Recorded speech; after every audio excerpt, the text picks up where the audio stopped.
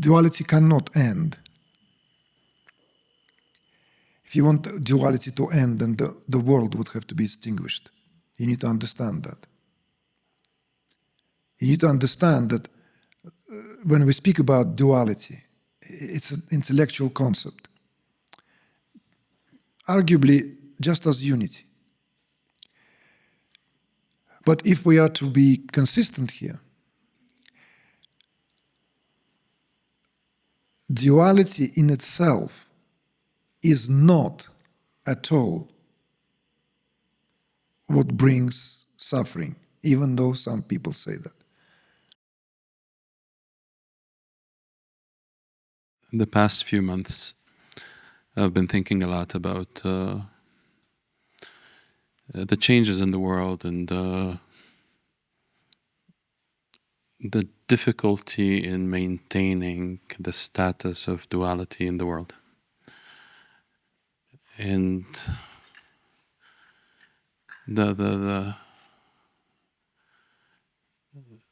there is a feeling of impending coming singularity of some sort, which links in my mind to a lot of what's mentioned in the scriptures about a judgment day or the day of revelation. And I was wondering about the Trika Shaivism view on this question, if you can share with us.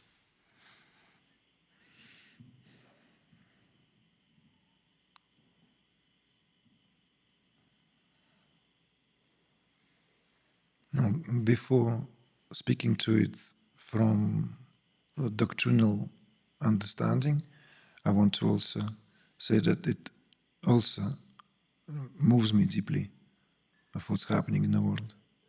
Right? I'm very much with you with regard to that. And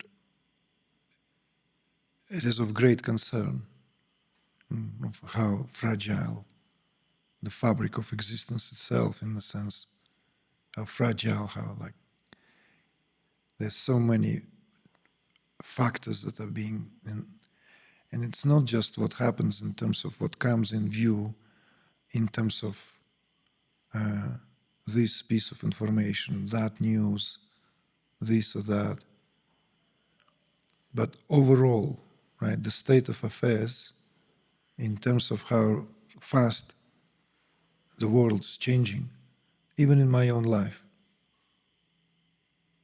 like in a very, very short period of time. But we all, and I'm saying that to you from very deeply personal perspective, like playing the lila, doing the part, acting that part faithfully, authentically, to the best of my capacity, I know that everything is always, always safe. Deep down. See? And not hypothetically. This is very important. You may remember how, when we spoke about that, is this suggestion, I don't know whether it was in the immersion that you were here or somewhere else, that the capacity our consciousness have is to feel deeply, right, where it is due. Feel deeply into it, not bypass. Where it is required, our response is required. Right? Our emotional involvement is required. Required. Why would that flower blossom and come up with this hue? Why? For whom then? If it does not require my response. Likewise, every emotion or situation requires that response, responsiveness, whilst at the very same time holding it all together in complete equilibrium. This is in the capacity of our consciousness. So this way we don't put and live life in the attitude of head in sand, right? That it's not happening. At least it's not happening in my backyard. It's far, it's happening there. I don't hear the bombs falling on someone's houses whilst they sleep. So why should I worry, right? I better turn my attention on matters which by far more important, right? On matters of spiritual unfoldment and my personal evolution and how to manifest a better life. So to avoid this kind of erroneous and ridden with tremendous bypassing, we cannot live our life. We cannot afford to live our life in that attitude. People who run around everywhere with Ramana Maharshi's name, run around everywhere, right? You notice how, if you've been in spiritual circles, you know how that is. It's not, that's the highest apostle. Everything is measured by Ramana Maharshi. He's like this etalon, should be in Switzerland by now, right? This is the meter, and this is 1 kilo, this is 1 foot. You know what I'm talking about? In Switzerland, there are etalons of what is decided as a measure. So Ramana Maharshi is the measure of enlightenment.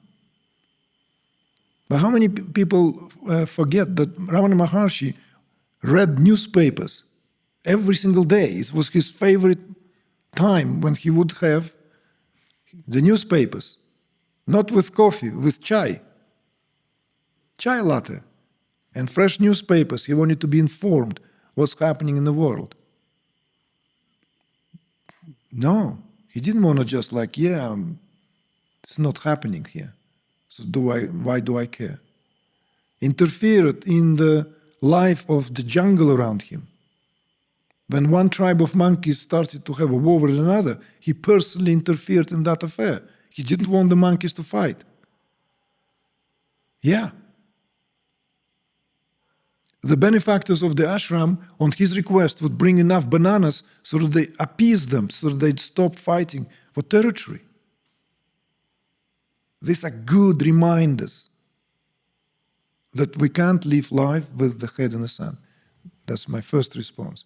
Whilst at the very same time, of course, knowing very well, like Ramana did, that all is always already as it should be. So now turning to how Trika Shaivism views this, right? The end of time. This is interesting because Trika Shaivism, even though so embedded in all things Indian, does not operate with these concepts of Manvantara. It doesn't operate with this concept of, let's say, creation of the world, right? And going through these phases. The perspective here is unique to Kashmir Shaivism, which caught the attention of modern quantum scientists way back. It's the concept of constant creation and constant dissolution. So the time in Kashmir Shaivism is viewed neither as an illusion, as Albert Einstein suggested, or how it is viewed in Vedanta, nor as a sequential unfoldment, where one can say, that's past, that's present, and that's future. But in Kashmir Shaivism, there is this understanding of the breath of Shiva, or that what it takes for the blink. This is exemplified in the creation, experience, and dissolution.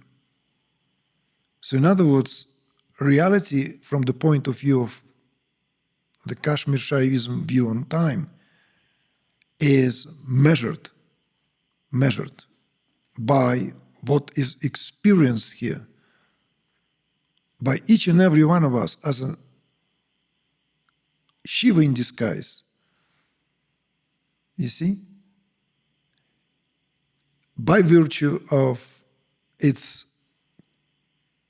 what brings the very, very experience of time forth, what gives the experience of time, and what gives that sense of presence here. And that can only happen through experience, you see? Where breath is the measure, metronome. You know, like when musicians do play instrument, they have metronome. That tick-tack, tick-tack, tick-tack, right? Whatever instrument you play, and that metronome helps there to remain intact. So the breath plays that metronome. At each point of its tick-tack, in, out, there is this suspension. And the world is dissolved at the points of suspension, at each of its extremes. So the fullness of here is represented by what at the human level is experienced as incoming and outgoing breath. So therefore the whole concept of creation and time in Kashmir Shaivism is simultaneity and also a continued renewal.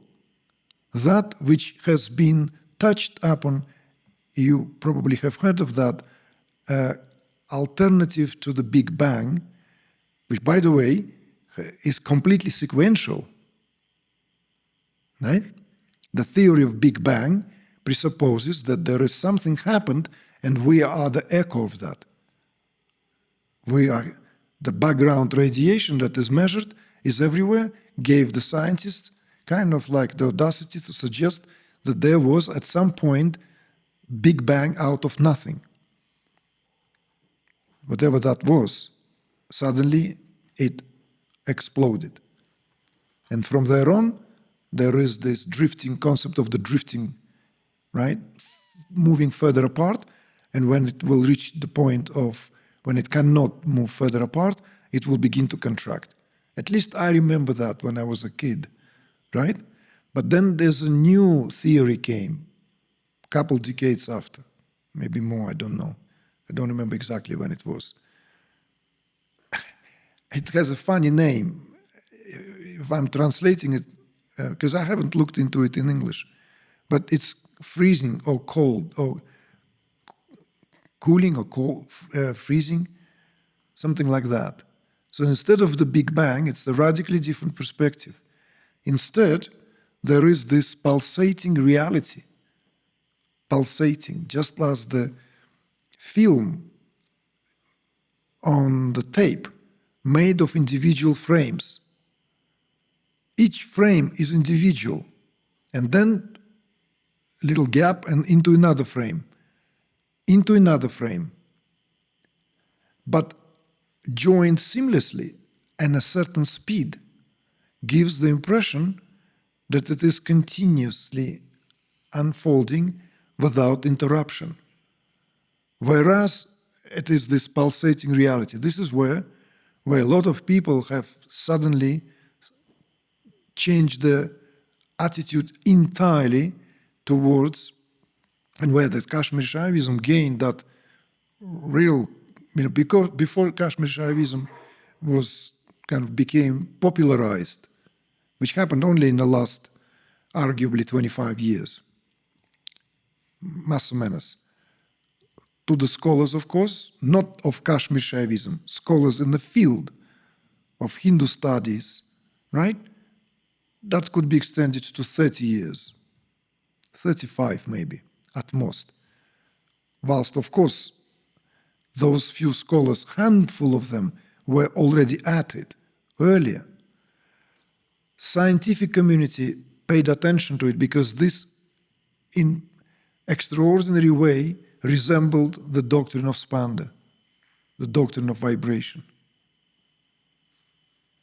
So instead of that sequential, that manvantaric, which is concentric, by the way, not sequential, I should correct myself immediately, the concept of time known as manvantara, which is classical Hinduism, which has these kalpas, epochs, and indeed there will come time when all this will be dissolved, reabsorbed, right? In Kashmir Shaivism, the concept of time is different. It's unique to this understanding And what I personally found extraordinary and fascinating, how it is linked in turn to the breath.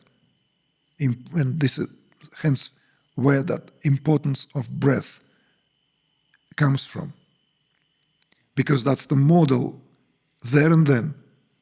Every experience here is measured by breath. Furthermore, in the book that I'm completing right now with the team,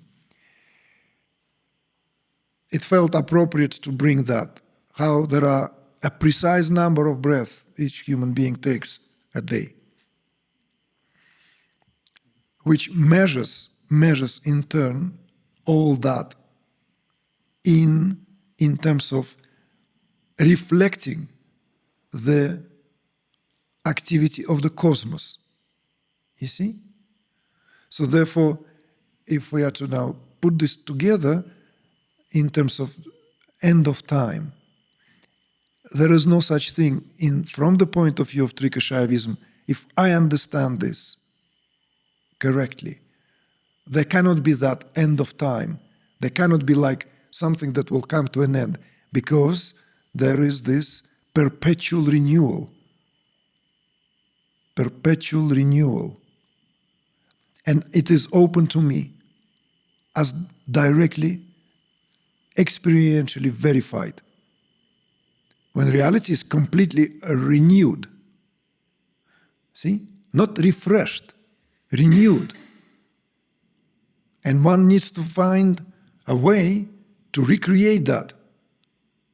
This is where the highest discipline of spiritual accomplishment lays. Because reality is indeed renewed all the time. It is only down to our perception.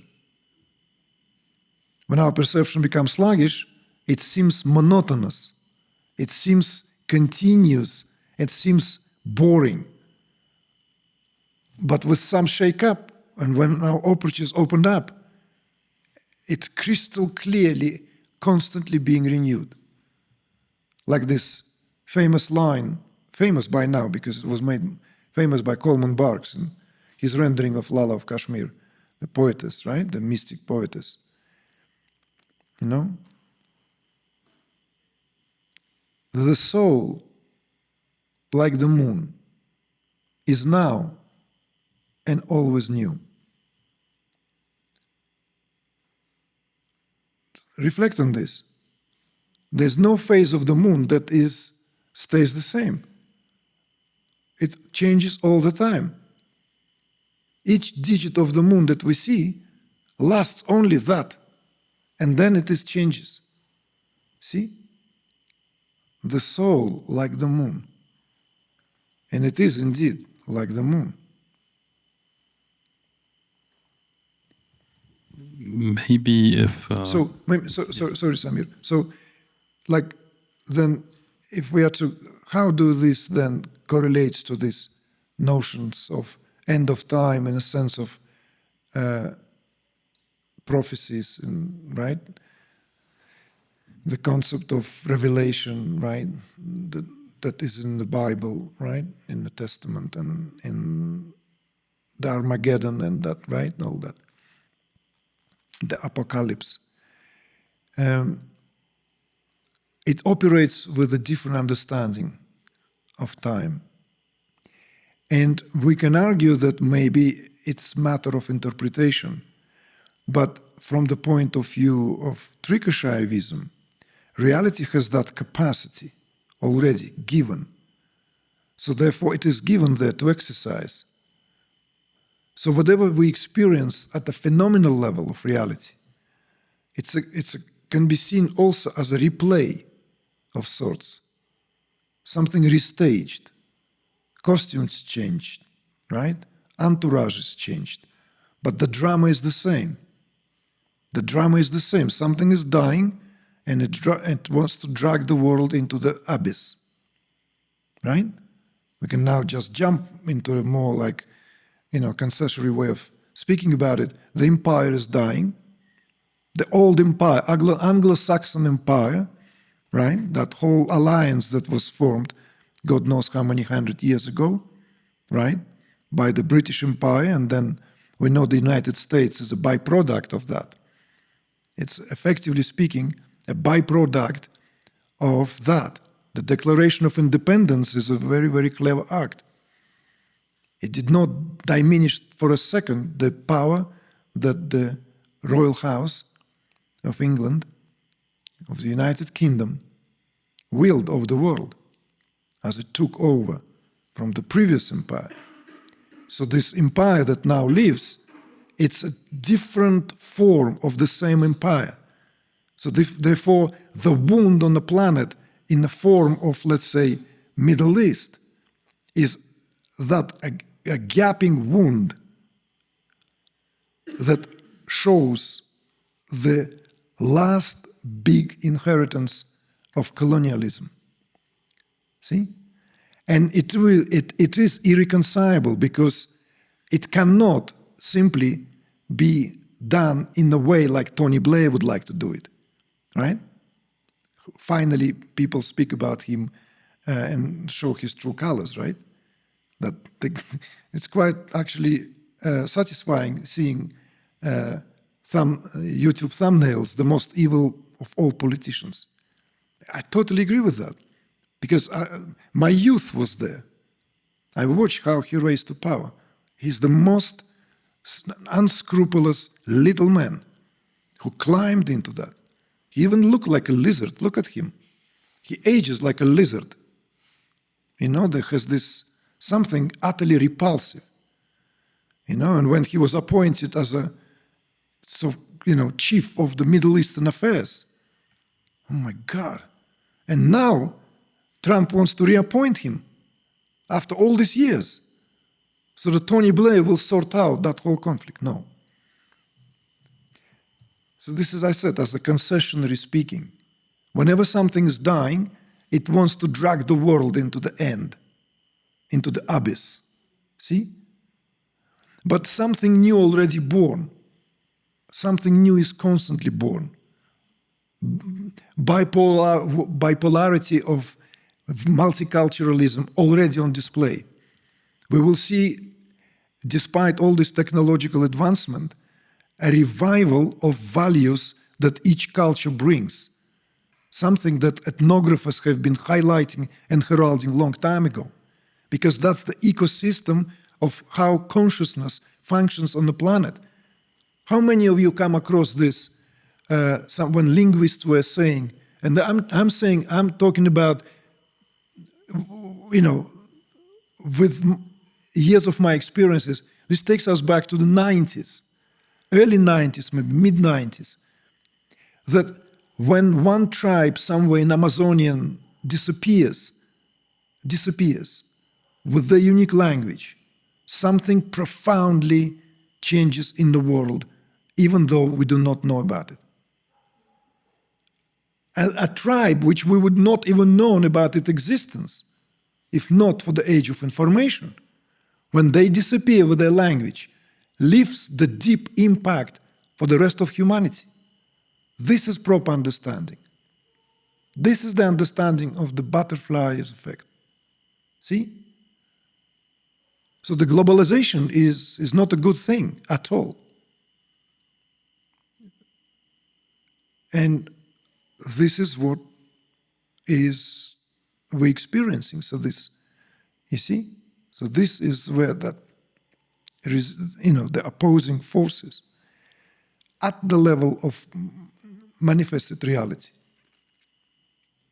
So I don't know if there is something else to quench your curiosity, but as far as the Trika Shaivism is concerned, as far as this understanding, there's a different view that the concept of the end of time doesn't configure.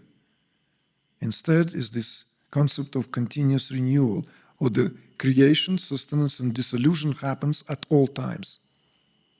Is there any mention in the tradition about end to duality? As a what? As a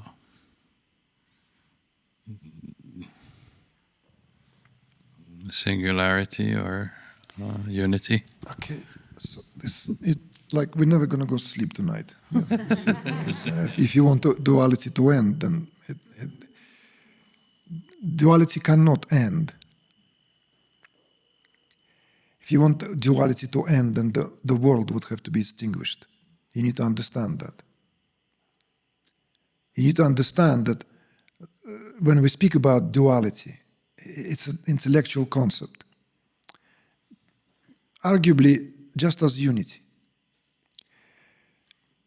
But if we are to be consistent here, duality in itself is not at all what brings suffering, even though some people say that.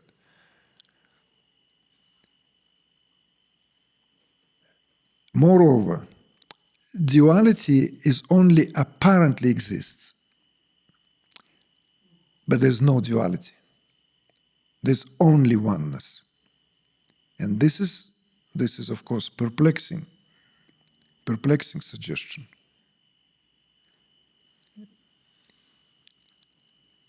But in reality, there's only unity, even if it is subject to the dynamics of subject and object, even if it is subjected to these dynamics.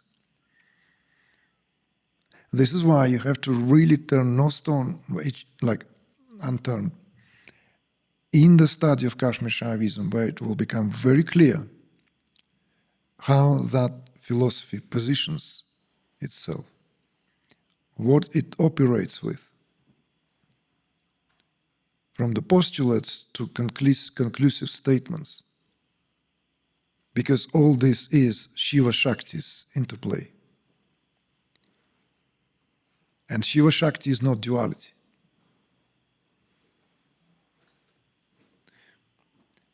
Sometimes when people bring inquiry and they begin to speak, the Shiva Shakti duality, I have to stop there and then. Shiva Shakti is not duality. And everything is woven of that. Everything is these vibrations. It takes us back what we spoke, last night or the other night, right? That one same Shakti displays itself in the infinitude of infinite ways. What about revelation? Revelation of what?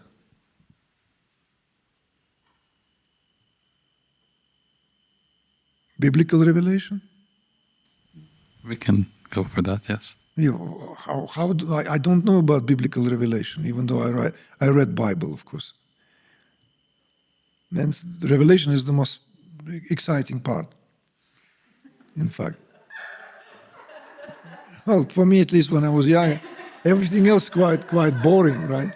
All these kings and this and that, and it's quite like, the beginning part is also, Genesis is lovely. It's very beautiful. But then, it's just like really torture. But Revelation is exciting. Imagine for the 20-some painter. It just conjures this big, So, do I know its authenticity? Do I know what was it presented on what? It's all monopolized completely. What is the unique feature of Indian civilization, Indian culture? It's complete openness to its scriptures. Everyone has access to them. And what is characteristics of Christian civilization when it comes to spiritual knowledge? Complete opacity. Starting with the Council of Nicaea, one after the other. This is two distinctive differences. In Indian civilization, truth is the most important. In Western civilization, policy is the most important. And because of that, we have to interpret the word of God, the word of this, the word of that. You're ready or you're not ready, someone decides for you. There are more commentaries on the Bhagavad Gita than anything ever written on any other spiritual scripture. Are you aware of that? Yeah. Yeah, you can Google, you can ask ChatGPT. It will tell you that because of that openness. See? So this is why I cannot comment on Revelation, because I don't know, you know.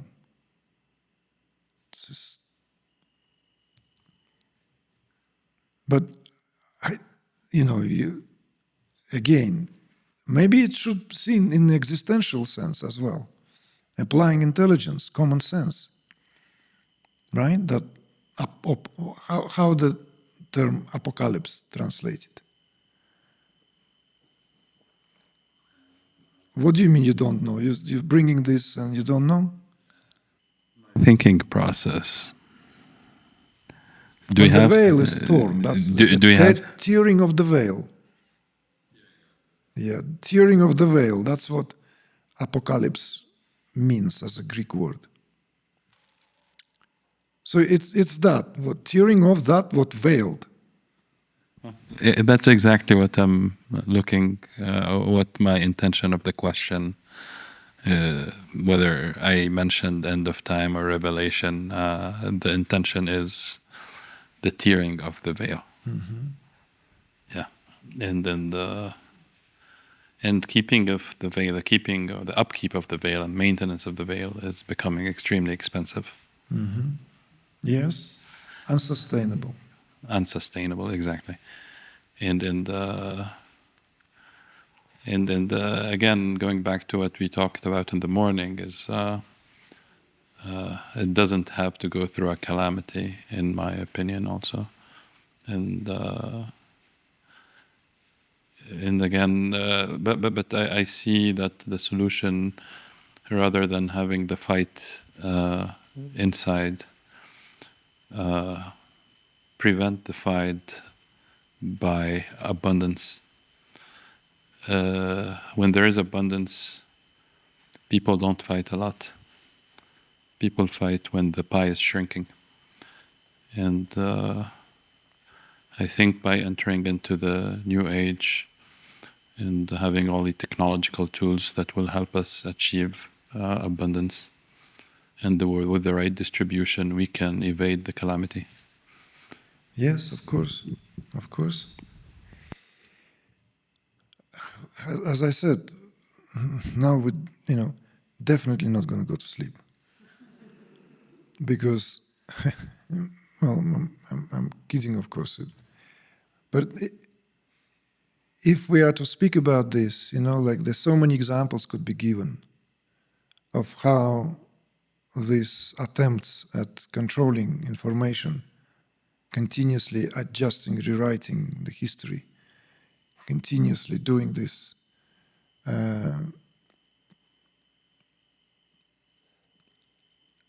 constant interference into the field of, so as to leave no possibility for critical thinking, right? Where the idiocy becomes the norm, right? What I find personally contemptible is that it's the rise of this kind of individuals exemplified in the likes of Jordan Peterson. See? And this is what I can see, that this 3.5 years of Saturn in Pisces going to bring to the surface this, all these fake gurus, fake teachers, pseudo prophets, and also pseudo intellectuals, fake philosophers, and people who have zero integrity, who pretend to carry some important ideas out there.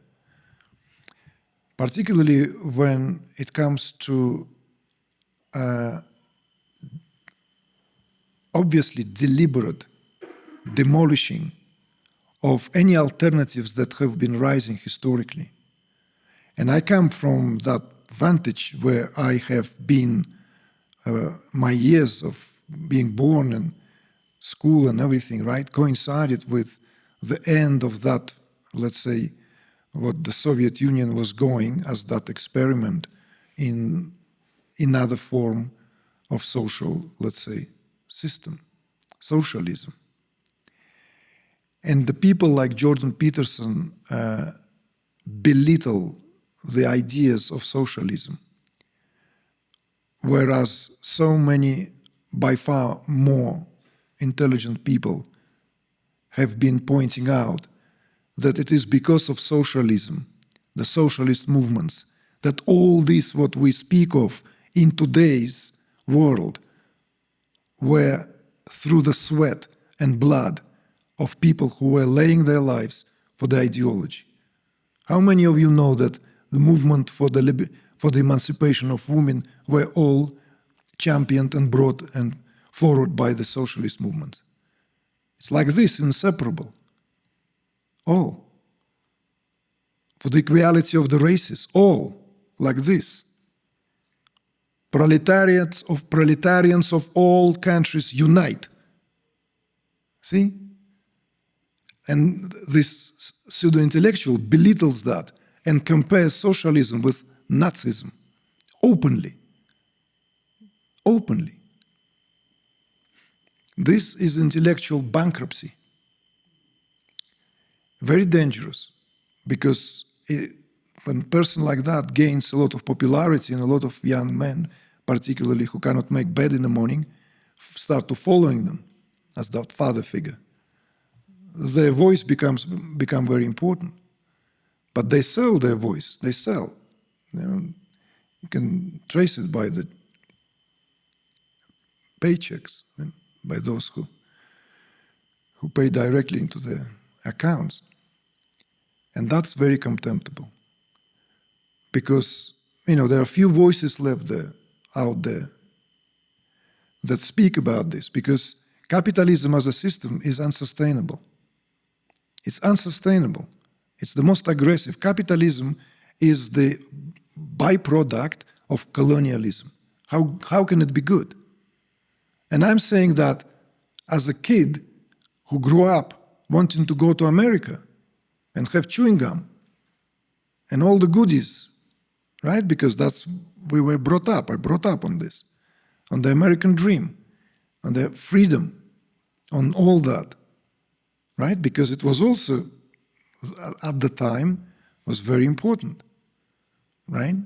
Rattling all this, let's say, shackles of socialism, to free those people. But at the same time, it took me a few years to adjust and to understand, when the dust has settled, to see what is what. See?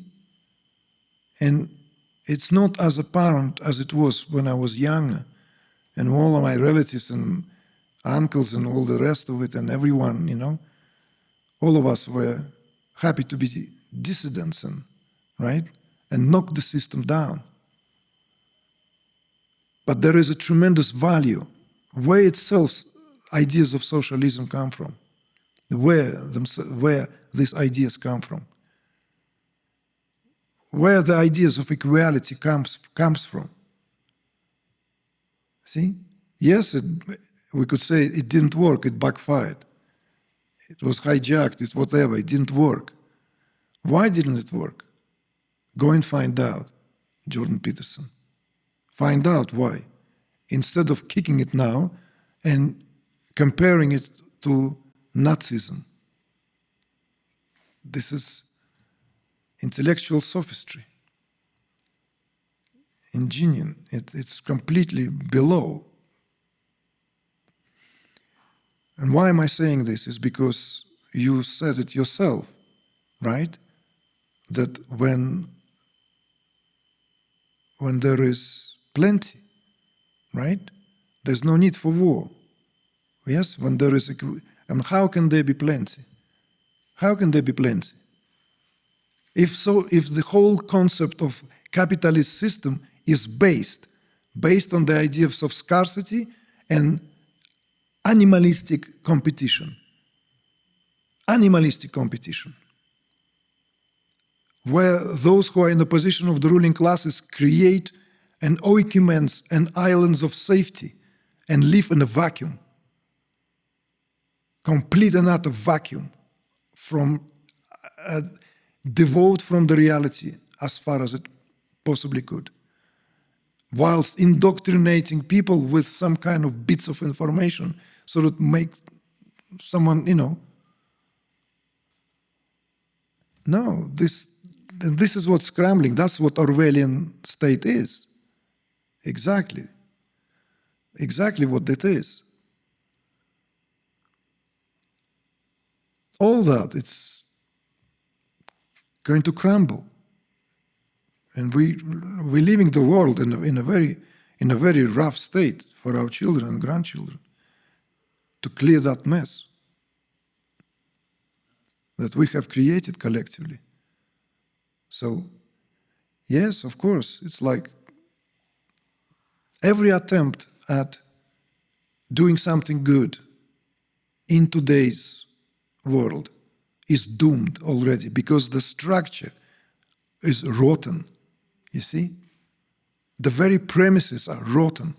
Every attempt with all this philanthropy, with all this is that, it's just like makeup, powder. It's like those aristocrats who were rotting with the syphilis and they were covering their face with a layer of white, whatever, pigment, so that they look nice and doll-like. That's what it is. All these ideas of philanthropy, all this. Victorian times were much more honest about that. At least they recognized we are the master race, we control and subjugated the world, at least we need to do something good. So if all that wealth come from the rest of the world, my wife, my daughters should go and work in a hospital at least once, twice a week, and do some communal work. At least they were more honest about it. So this is why I said, if you want to sleep, let's close this theme, and because this is really, but you yourself you've mentioned this, you brought it up, right? That if, and as long as the whole world runs on the ideas of scarcity and ideas of this and that there is constant manipulation and control mechanisms. Right now, it's like the crazy biscuit. It's like completely crazy, right? It's like this control of everything. We want to control weather. We want to control who, have the rights to have children. Everything has to be controlled right now, according to some people, like someone like Bill Gates, right? Who suddenly is a scientist.